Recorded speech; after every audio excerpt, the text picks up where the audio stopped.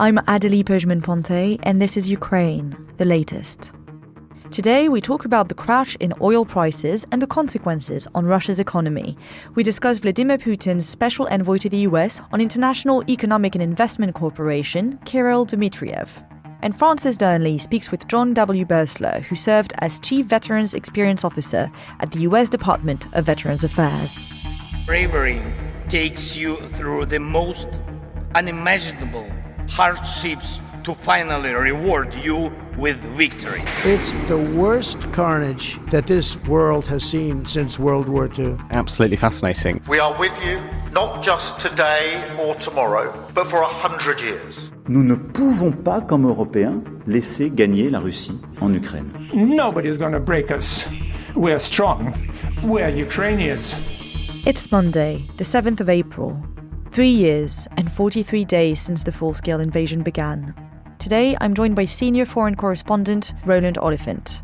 Both Francis and Dom are away today, so Roland, you're doing the diplomatic and military updates for us today.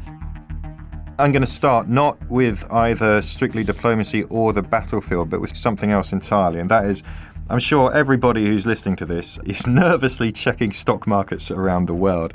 One of the knock-on effects of this remarkable stock market collapse that is a knock-on effect of Donald Trump's tariffs is quite a dramatic collapse in the oil price. And this is, of course, important because Russia gathers a huge amount of its revenues from the oil price. It's unexpected. It's not something anyone really saw coming, but it's big news, and I think we should flag it at the top of the podcast just because as the next days and weeks play out, that could have quite serious implications for the Russian war effort. So Dmitry Peskov, the Kremlin spokesperson, has admitted today that it's a very tense situation around oil. Oil is down 7%. Well, it was down 7% on Friday. Brent and WTI oil last week lost 10.9%, 10.6% respectively. Oil and gas account for about a third of Russia's federal budget revenues. This is Peskov speaking just shortly to reporters in Moscow. Of course, we're very closely monitoring the situation, which is currently characterized as extremely turbulent, tense, and emotionally overloaded. He linked the turbulence to Donald Trump's decision to impose tariffs on countries across the world. The situation in the global economy is very, very tense and full of negative expectations, both in the expert community and among market players. I'm not going to dare to make any kind of firm economic forecasts. This is not something I'm very good at. But nonetheless, that is definitely something that I think everyone should be keeping an eye on over the next week. You might see the Kremlin have to adjust in certain ways to that. Moving on to the military updates. For a broad kind of overview, essentially the general tempo is still as it has been for several weeks. Combat in all the usual places. The Institute for the Study of War has said, after assessing what's been going on over the past several months, that the rate of Russian advances in Ukraine has been steadily declining since November 2024, partly due to those successful Ukrainian counterattacks down in Donbass, down around Pokrovsk, which we saw over the past few months. In the air war, Russian forces conducted the largest series of missile and drone strikes against Ukraine in nearly a month on the night of April 5th and 6th. I'm sure listeners will have seen footage and reports of the aftermath of some of those strikes over the weekend. And Ukrainian officials are also highlighting the fact that they say Russia is leveraging its naval vessels in the Black Sea to conduct missile strikes against Ukraine as Russia continues to stall the Black Sea moratorium on military operations that Ukraine and the United States have jointly proposed. For a little bit more detail, just going around the front line, so starting up in the north around Sumy and Kursk, there are reports of recent incremental but recent Russian advances inside both the little bit of Kursk region that Russia still holds and inside Sumy region where the Russians have crossed the border. There is little movement on the ground in Kharkiv.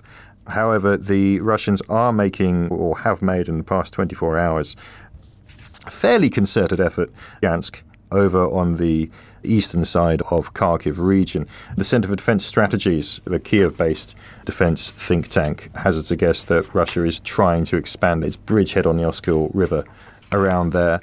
Similarly, Russian putting in attacks around Liman, around Chasiv Yar, and down towards Pokrovsk, and also further along the southern front line into Zaporizhia region, but no major changes on the front line. You will forgive me, I hope, for not going into further gritty trench level 7.62 millimeter detail combat developments. In terms of the diplomatic updates, it takes us again back to Dmitry Peskov speaking in the Kremlin earlier, once again indicating that Russia is not yet ready to embrace this ceasefire, still kicking it down the road. So he was asked by journalists today, is Russia interested in a ceasefire or not? His answer was, yes, Vladimir Putin is interested in a ceasefire in Ukraine, but Russia has not yet received answers to several key questions. And anyone who listens to this podcast, I'm sure, will be well aware that this has been the Russian line for quite a while. Yes, we want a ceasefire, but we need to know this, and what about this, and what about that? The mood music coming out of Washington over the weekend and last week indicates a degree of impatience, but certainly not a sense that the Americans are about to stamp their feet. I mean, Marco Rubio has said that America is not going to get dragged into this never-ending dance of will they, won't they. Donald Trump has said that he wants the bombing to stop. He doesn't like the bombing, but he has not directed any specific pressure at the Russians as yet. And that's the other big question to watch, of course, which is at what point, if at any point, does the White House's patience with the Kremlin run out and they put their foot down? One date that we know is in the mix is the 21st of April. That was suggested by the Finnish president, who was in Washington, I think, playing golf with Donald Trump just the other week. The Americans have said that when Kirill Dmitriev, the Russian envoy, visited Steve Witkoff in Washington last week, that the discussions were about timelines. That was the American line, that this is our timeline. We need things to stop by X date. They didn't tell us what that timeline is, but the indication from the Americans was that they're looking for the Russians to make a positive move towards a ceasefire sometime in the nearer rather than medium term. That's more or less where we are in very broad brush strokes, Adélie. Thank you, Roland. What are some of these answers that the Russians claim that they're waiting on? Oh, gosh. I mean, it's things like who is going to police this ceasefire, who is going to enforce it, so on and so forth. I'm saying that from context and from memory of what they've done. Dmitry Peskov hasn't spelt out what those questions are in his remarks this morning. He simply says that he repeats that we have sought answers on a number of questions and we have not yet received answers. But listeners will be aware of the multiple kinds of detailed questions the Russians have asked about this, including who is going to monitor this, what about supplies to Ukraine, and so on and so forth. But we know that that is a tried and tested Russian negotiating tactic. To be fair, it's not simply a Russian negotiating tactic. Everybody knows the old maxim. If you want nothing to get done, form a committee to ask questions.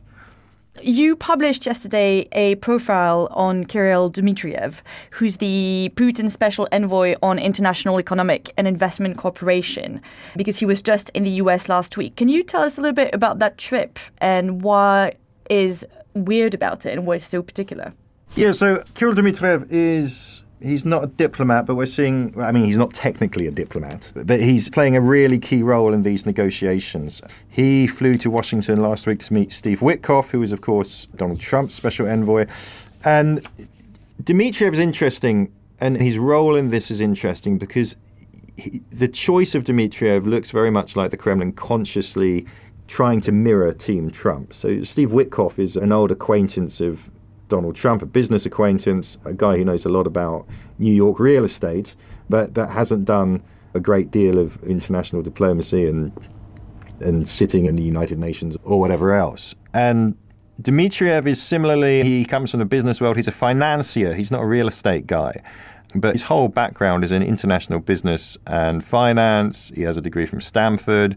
He worked in American investment banks for a long time. He was well known in Moscow for many, many years as one of these Russian businessmen or officials close to the Kremlin who knew how to talk business with Western and particularly American counterparts. One of those people who knew how to get not just past the language barrier, but past the cultural barrier. One thing that was put to me about him was that he understood how to behave in a way. And that's actually quite important in these things because there are actually big cultural gaps between lots of Westerners and lots of Russians. And being able to bridge that That proved an advantage in kind of 1990s, 2000s, 2010s business world in Russia. And that's why he's being picked, because he's a guy who can use metaphors like synergy or upside or investment or joint venture in language that someone like Steve Witkoff would understand. But yeah, they met on Wednesday, and we were told afterwards by the Americans that the discussion was fairly productive. Dmitriev put out really effusive tweets about how Donald Trump has averted World War III and is fantastic, and that there is a great future in American and Russian business cooperation, which was, of course, where he made his entire career. So that's the context of that trip. There are all kinds of other things we could say about him, if you want to hear about that. Yeah, absolutely. I think in your piece you talk a little bit about he's not gone through the same sort of state schools that Russia's diplomats usually come out of, and that you've touched upon it about the way that he behaves and the sort of degrees that he has that sets him apart from the rest of the diplomatic class in Russia, doesn't it? So Russian diplomats, they're a very proud tradition, and there is a very well-established route to becoming a Russian diplomat, and it's inherited from the Soviet model. And generally speaking, but not always, you would go to MGIMO, which is the Moscow School of International Relations. That's quite an elite place to get into. You're doing well. And then you would get a job at the foreign ministry, and you would climb the greasy pole, and maybe eventually get an ambassadorship, and you walk back, and maybe go to the United Nations and so on. And you learn the classical art of diplomacy, which in Russian and Soviet terms often means having a really minute grasp of precedent, in a way, and different international treaties and theories of international relations, which you can then repeat and throw back again and again at your interlocutors across the table. They're real masters at this. And a lot of Westerners who go up against these guys often say, God, they're intimidating, they're good, these Russians. And they go up against someone like Sergei Lavrov, the foreign minister, who's the absolute quintessential diplomat in Russia. They're hard-nosed. They've got this really well-developed way of doing diplomacy, of understanding the mechanics of the United Nations or whatever, of using it to Russia's advantage and all of that. So anyway, that's the context of the Russian diplomat.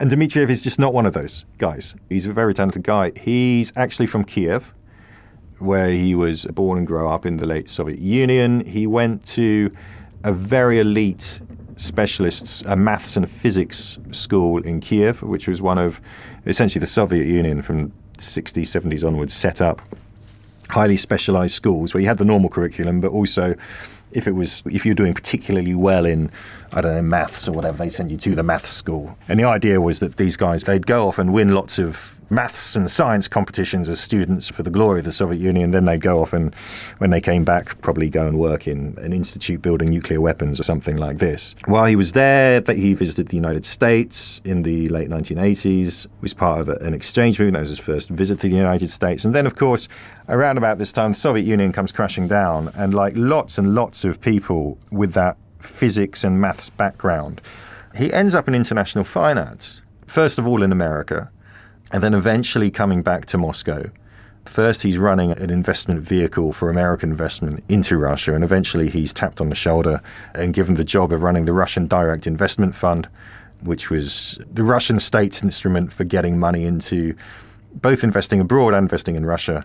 It was a fairly big, and now suddenly he emerges, of all people, running Vladimir Putin's absolutely key, most crucial diplomatic gambit possibly of his career. So not a diplomat at all by any standards, but a businessman, a guy fluent in English. He had a reputation for being a really, really demanding manager in the mold of demanding Western financiers. So people I spoke to would talk about the textbooks on business management by people like McKinsey and so on and so forth. And they said he came from that mold. He understands that American investment bankery, you work 24 hours a day, we don't take time off. That's what we do. People have talked about definitely burning out under his watch. Other people have said they flourished under it. But everyone said very intelligent, very hardworking, and obviously, and he also has family connections here, very close and loyal to the Kremlin. So do we know how and when Kirill Dmitriev became Putin's trusted man and a political figure? When did he switch between the life of a financier to that of an envoy? So the first thing, there's the family connection here. So his wife was university friends with one of Vladimir Putin's daughters and is still a deputy director of a company she founded. So there's a family connection to the wider Putin clan. I think it's important to point out that Dmitriev is not, as far as we know, He's not one of the Siloviki. He's not one of the guys around Putin who came from the KGB or the Foreign Intelligence Service or the FSB, which I think is another point to raise. There's no obvious point that I can put my finger on, but people talked about how mid-2010s-ish, he started to become a more and more prominent public figure. And there was someone I spoke to who worked with him then who began to notice that he would time the announcement of certain investment projects so that Vladimir Putin would be the first person to hear about it, and so on. And this person said they got the sense that he had an eye on the big boss and pleasing the big boss and making sure he was noticed by the big boss. But there's this really interesting point. It culminates in 2017 with the King of Saudi Arabia visiting Moscow on a really historic visit, which had never happened before. And my understanding was basically Adélie, the Russian Direct Investment Fund, and Kirill Dmitriev basically curated that whole relationship. And it began with him reaching out to the Gulf states, the Emirates, but also Saudi Arabia, seeking Gulf investment into Russia. And he was very successful at it.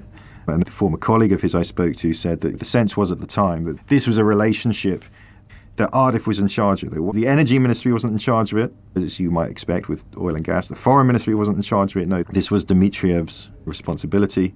So you can already see there that he's being trusted with responsibility for one part of the world. But then his re-emergence, he disappeared basically from the headlines after the full-scale invasion of Ukraine, and it only really resurfaced at the first talks in Riyadh between the Americans and the Russians a month or two ago. And I think there's two possible explanations, Adélie. One is that because he'd been out of the frame, because he hadn't been a public figure, that therefore he was considered less toxic. He's not like Dmitry Medvedev or someone who's been tweeting out absolutely blood-curdling things about the West and Ukraine and the world. So therefore, because he was less associated with that kind of stuff, that makes him palatable to the West. And because he has this relationship with the Saudis, that he was a good pick for Vladimir Putin to do that. The other theory, and I must make clear, I have absolutely no idea which of these is correct, is that in a way he pitched this idea himself, that maybe he leveraged his relationship with the Saudis, leveraged his own credibility amongst Western business people, and maybe he put the project together himself and took it to the Kremlin and said, look, I know how to speak to people like Steve Witkoff and Donald Trump. I've also got these great contacts in the Gulf. I've just spoken to, I don't know, Mohammed bin Salman or whoever, and they say they'll host us. What do you say? Why don't you let me do it? And maybe Vladimir Putin gave him the green light. And there's definitely been people over the years who describe that as the working culture in the Kremlin, that Vladimir Putin presides like an angel investor or something. Like people, underlings come to him and pitch projects and he decides whether to buy in or not. That's informed speculation. I must make absolutely clear. I'm not quite sure how he came to this point, but what is absolutely clear is that at this point, he is the point man on this. He is the man who flew to Washington to speak to Steve Witkoff, and they had to suspend sanctions briefly so that he could come in and do the talking and go back, because he was sanctioned by the United States. So he will have a quite profound degree of weight, influence on the course of those talks. I'm slowing down as I say that because as soon as I say that, I remember that really no one has ultimate kind of authority to decide or negotiate anything except Vladimir Putin himself. And you mentioned that Dmitriev was born and raised in Kyiv, and he's disappeared from the headlines since the beginning of the Ukraine war. There's something a bit baffling about relying on someone who is Ukrainian, presumably, in this context. And what do we know of his attitude or opinions in the war? I asked people about this. They say he's quite a private person. He doesn't really talk about politics and stuff. So if you go back to those newspaper cuttings, American news, like local newspapers from when he was on this school exchange back in the late 1980s, early 90s in America, when he was just this lanky teenager from Kiev, he's quoted there talking about how Ukraine has a strong democratic future and talking about how Russians and the Soviets had tried to repress Ukraine, but democracy is in our DNA and all of this. I'm completely paraphrasing here, but things to that effect, which fairly widespread sentiment in Ukraine at the time. We know that the whole country voted for independence when it was put to a referendum. Look, the fact he's shifted to feeling like a Russian and serving the Kremlin, it's not that surprising in a way. I don't know enough about his specific family background, but lots of people in Kyiv at that time considered themselves Russians, especially people who had ethnic Russian parents who were Russian-speaking back then. And for a long time, in the Russian Empire, then in the Soviet Union, and then even in the post-Soviet period, and still today, if you wanted to make something of yourself and you were from the provinces, not from Moscow, essentially, whether that province is Ukraine, Belarus, Georgia, or just a rural part of Russia, you had to go to Moscow to make something of yourself. Moscow is where you go to make your fortune, is where the money is. And so people could pitch up there, people could do well, people could then make their fortune, and maybe you just start feeling that you're more, here I am, this is where I live, I speak Russian, suddenly you're working for the Russian state, suddenly you're married to somebody who is close to Vladimir Putin's daughter, and there you are. He's clearly won the Kremlin's trust. They clearly see him as someone who is effective and can deliver on stuff. And I don't think they would find his origins anything for them to worry about when they're looking at his potential loyalties. On the contrary, I'd suspect that's part of the game. We can send a man who was born in Kiev and considers himself Russian to these negotiations because, in a way, without saying anything, without stating it, that underlines that core Russian worldview that underpins the entire war project, which is that Ukraine is really part of Russia and Ukrainians are just Russians with funny accents who are a little bit misled. So that would be my thoughts on that. That's so interesting. How would you sum up Dmitriev's mission in going to Washington then? It seems to me that his job is to woo the Trump administration by speaking its own language, and both literally and figuratively. So speaking in good fluent English, speaking business English, understanding how to speak to other men who think in millions and billions of dollars and where they're going to invest them and what the return is going to be and what the upside is and what the downside is and all that stuff. And also to flatter. I mean, if you look at his tweets, he's been tweeting exclusively in English, pretty much, since he resurfaced. And it's full of praise for Donald Trump. Donald Trump single-handedly averted World War III.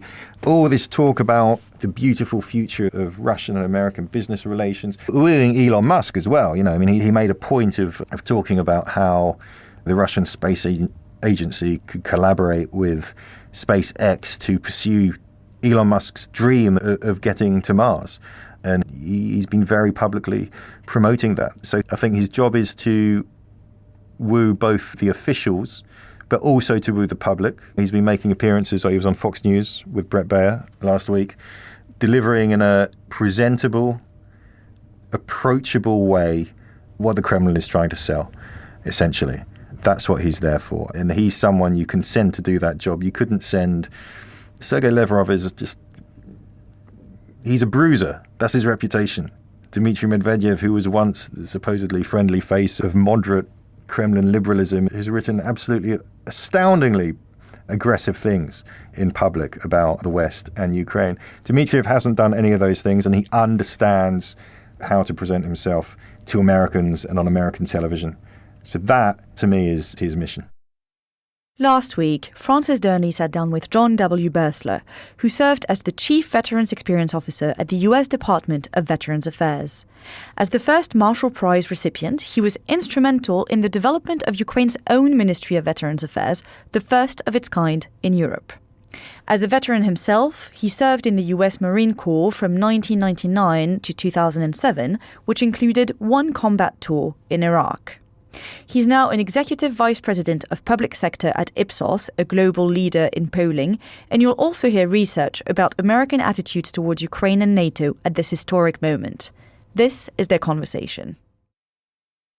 Well, John, welcome to Telegraph Towers. It's a pleasure to meet you. Can you start perhaps just by giving us an overview, in your own words, of your career up to this point? Yeah, well, thanks so much for having me, Francis. It's really nice to be, as a listener, for at least a year and a half now, as we were talking about earlier.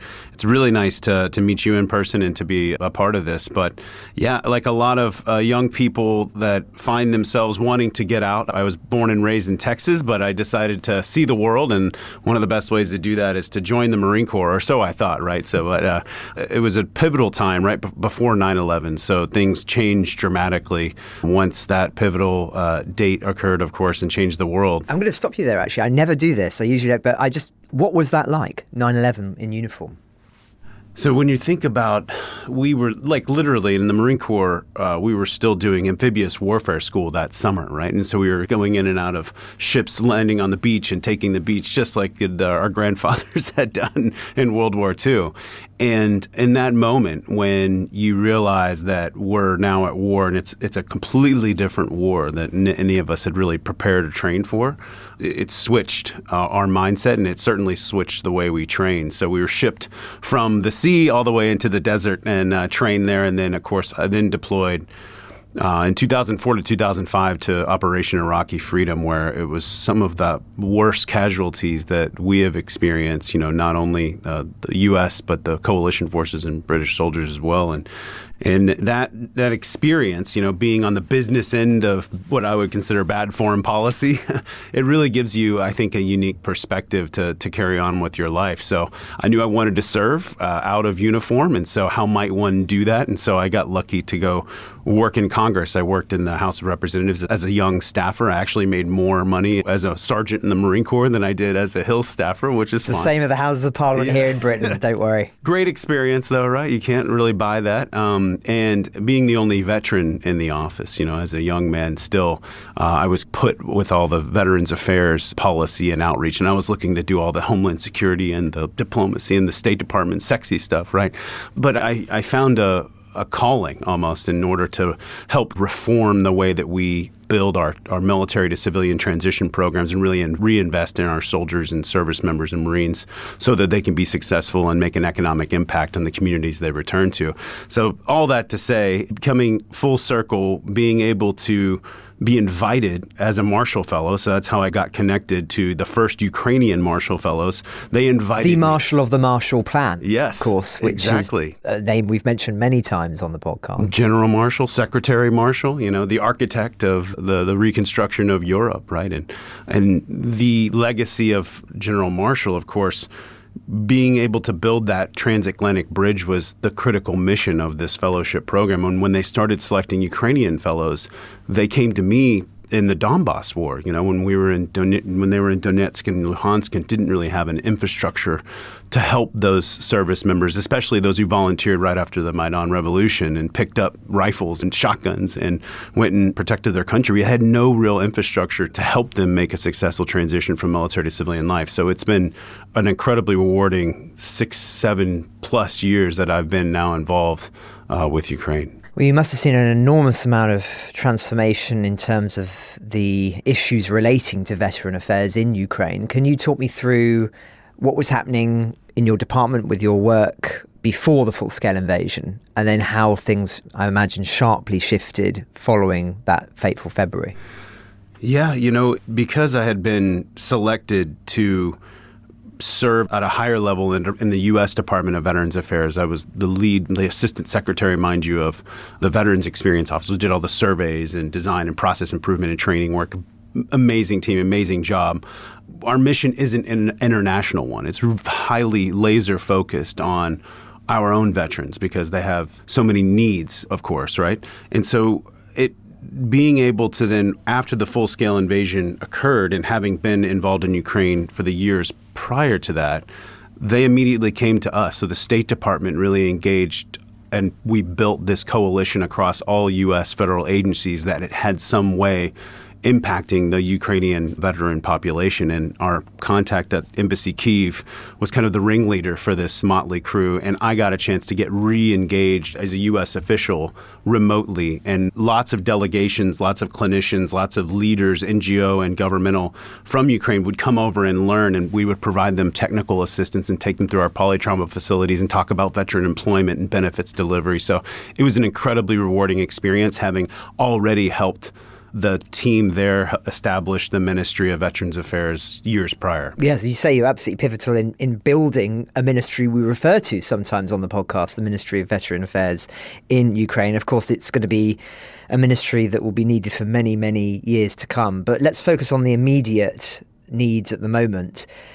Given how many veterans there already are in Ukraine, what is the scope of the work of that ministry at the moment? Just if you could break it down for us in the various different things they are doing to support veterans. Is it only people? I imagine some people think it's only people who are out of uniform. but I imagine there's also people who are still in uniform who are involved. Yeah, I mean, a lot of the Donbass war veterans had to put the uniform back on. Several of my dear friends, some of whom never made it home from the current full-scale war, were thriving in their civilian life after fighting in Donetsk and Luhansk, and came back to be successful professionals after graduating college finally, and were musicians and, had girlfriends and boyfriends, and then were called back and never got a chance to return home. So in many ways, this is a two generations kind of bled into one, tragically. And so I think coordinating the major activity for the Ministry of Veterans Affairs is to, I think, work hand in hand with the other governmental departments in Ukraine to make sure that they're building that infrastructure for successful military transition to civilian life when the just and lasting peace does occur, and be ready for that, because the veterans will be a massive part of the reconstruction, in my opinion. And we have to help them transition back into the workforce successfully so that they can be a big part of that reconstruction. But working with the Ministry of Defense and the NGO sectors, which are both very involved, as you can imagine, and how might we use the access and the resources and the data provided by the Ministry of Defense, and then make sure that these individuals don't fall through the cracks when they do return home to the communities that they came from. And can you give us a sense of numbers? Like how many people are involved in the work of the ministry and how many veterans it's already connected with? So the initial need back well before is when 2018, when the idea was being pulled together by the Parliamentary Committee on Veterans Affairs, which doesn't exist anymore. But then 2018, the need was approximately 400,000 young men and women had served. Extraordinary numbers. Massive. And there was no process for them to reintegrate successfully.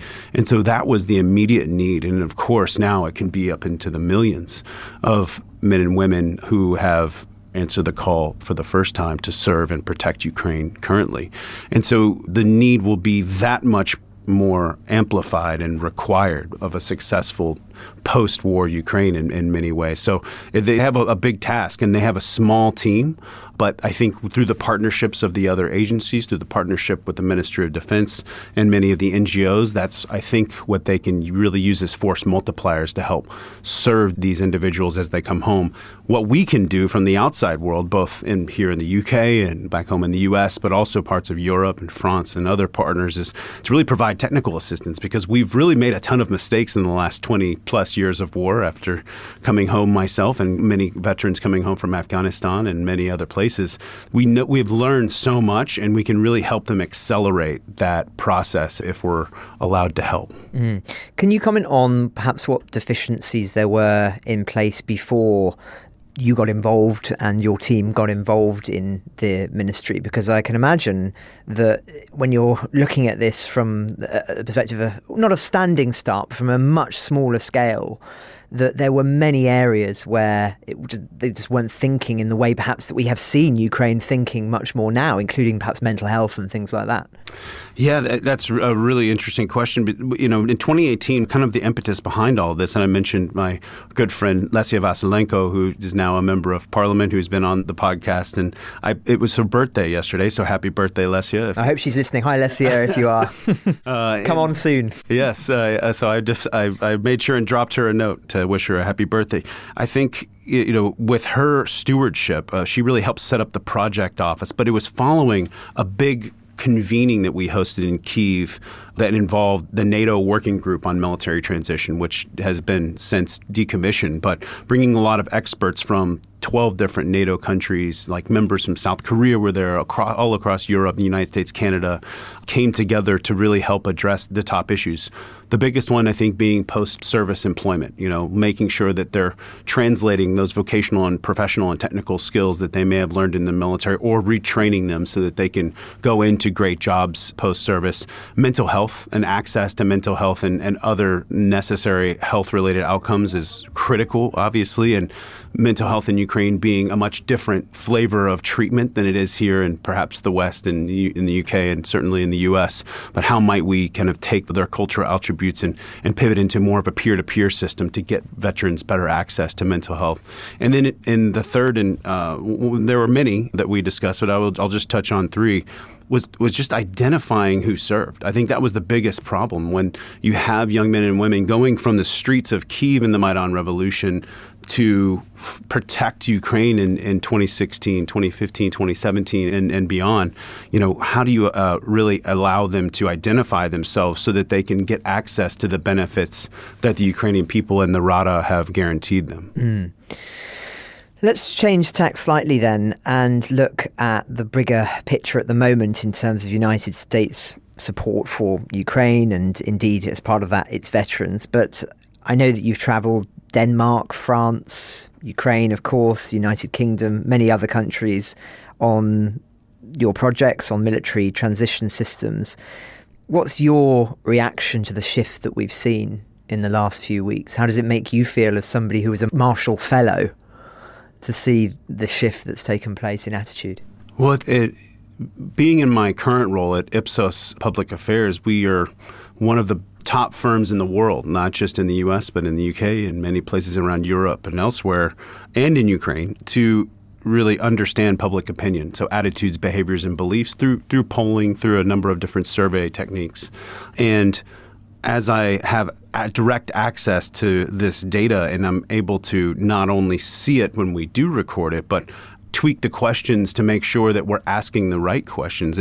It's given me a tremendous kind of value add, having been so involved in Ukraine before. And, at this point, the good thing is that 70% of Americans really are supportive of an immediate ceasefire, but only if there are security guarantees for Ukraine. I think that's incredibly positive. And if you split that between Republicans and Democrats, which if there's one thing we've learned is America is very nuanced. We're not just Republicans or Democrats. I myself consider myself more of an independent.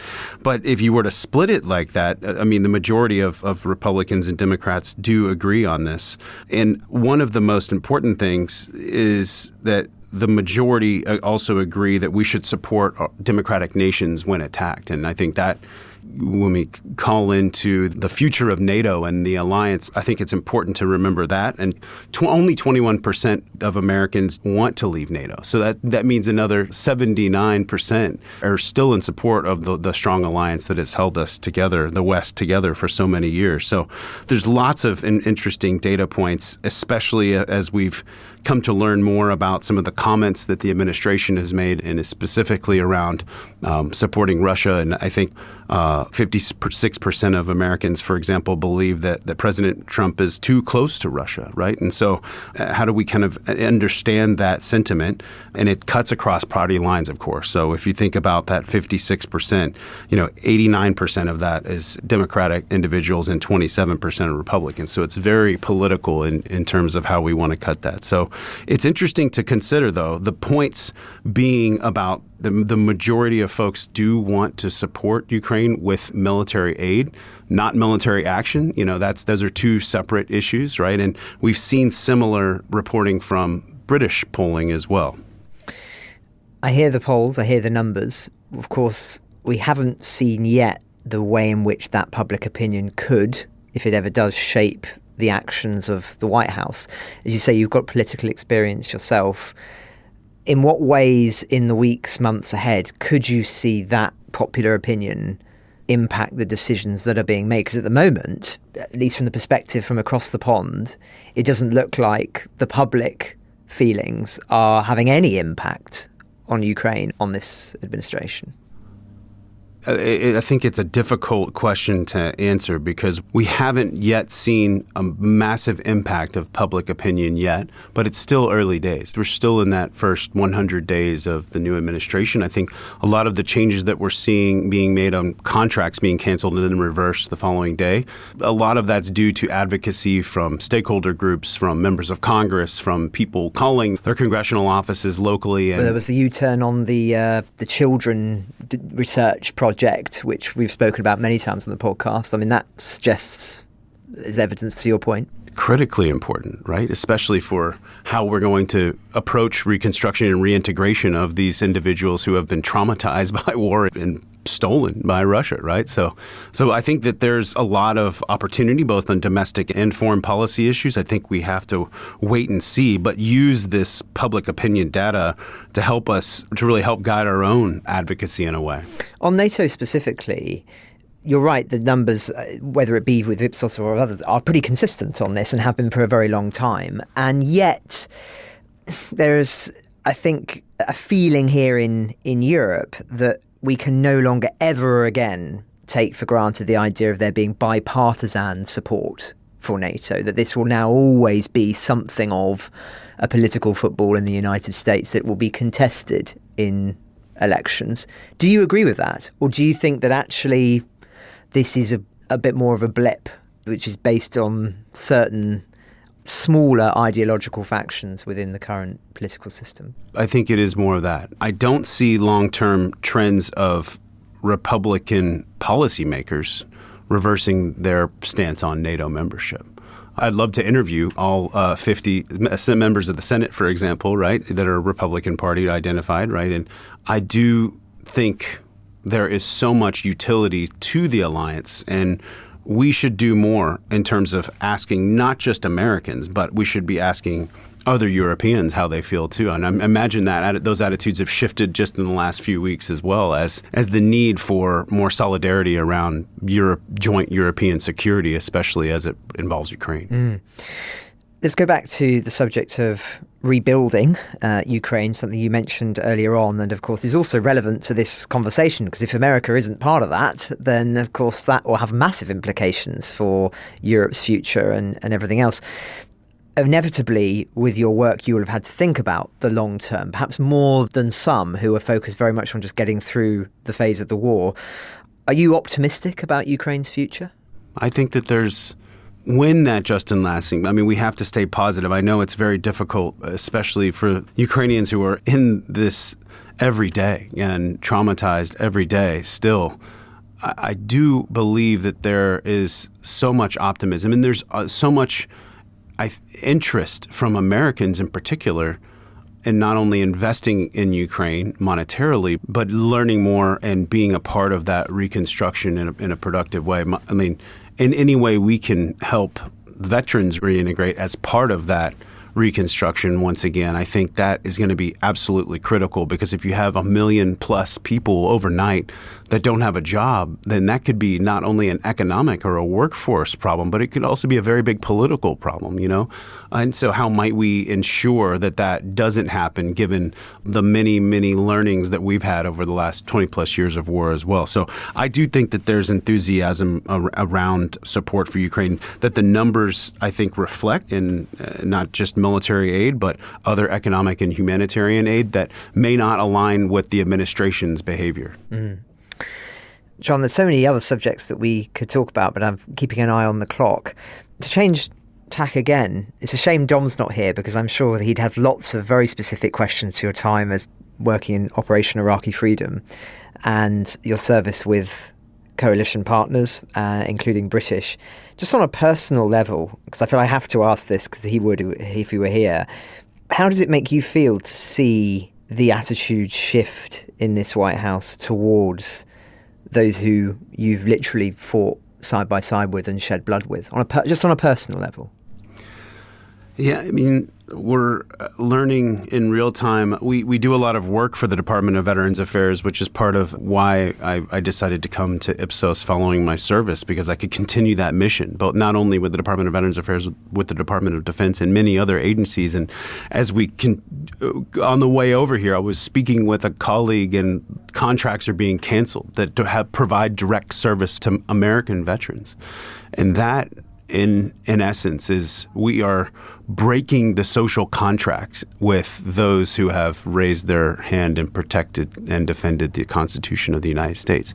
Our coalition partners, to your point, this will impact them as well. I mean, if we are stopping support in some ways to our own veterans, then what's next, in terms of military aid and other humanitarian aid?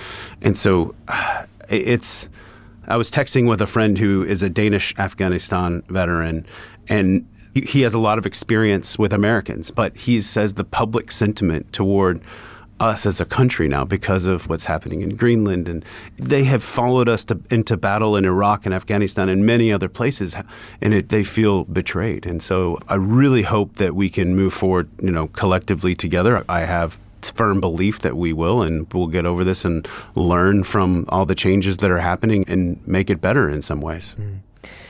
John, as a listener where this ends, which is there anything on your mind that we haven't talked about that you'd like to raise and put on ours?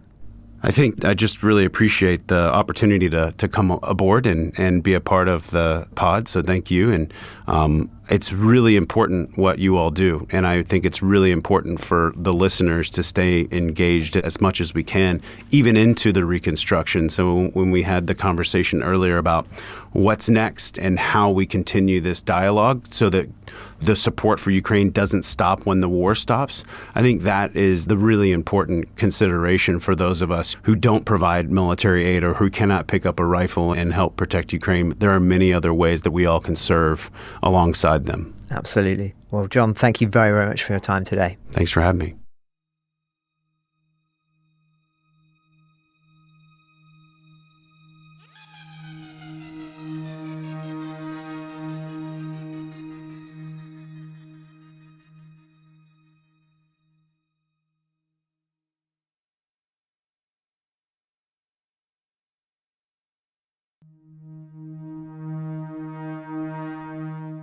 Roland, do you have any final thoughts for us? I think I'd go back to what I started with, which is, I was talking about the oil shock, specifically for Russia, because of course oil is important for Russia. But I've just been sitting in front of my computer before coming in here. People are talking about a global Black Monday again. The world is reeling from Donald Trump's apparent decision to kind of blow up globalization in a way. And that is going to have, I'm not sure what possible implications, but that's going to have implications for Ukraine, for Russia, for the war, and for everybody. And it is, I must say, I suppose we should have expected it, but it's a bit of a black swan for me. I don't know what's going to come out of that. But yet, once again, the goalposts have shifted in an uncertain and dramatic way. So hold on to your hats, everybody, and God knows what comes next. Ukraine the Latest is an original podcast from The Telegraph, created by David Knowles. To support our work and to stay on top of all of our Ukraine news, analysis and dispatches from the ground, please subscribe to The Telegraph. You can get 1 month free, then 2 months for just £1 at www.telegraph.co.uk/Ukraine the Latest. Deploying cutting-edge technology, we also release Ukrainian and Russian versions of this podcast. These translations retain our voices and delivery so that it can reach listeners in every region of Ukraine and in those parts of Eastern Europe where Russian is still widely spoken. Links to those can be found in the podcast description to this episode. We regularly have a Ukraine live blog on our website, where you can follow updates as they come in throughout the day, including insights from regular contributors to this podcast. We also do the same for other breaking international stories. If you appreciated this podcast, please consider following Ukraine the Latest on your preferred podcast app, and leave us a review, as it really helps others find the show. And please also share it with those who may not be aware we exist. You can listen to this conversation live at 1 p.m. London time each weekday on X Spaces. Follow The Telegraph on X, formerly known as Twitter, so that you don't miss it. You can also get in touch directly to ask questions or give comments by emailing ukrainepod@telegraph.co.uk. We do continue to read every message. You can also contact us directly on X. You can find our handles in the description for this episode. As ever, we're especially interested to hear where you are listening from around the world. Ukraine the Latest was today produced by Rachel Porter. Executive producers are Frances Dearnley, Louisa Wells, and David Knowles.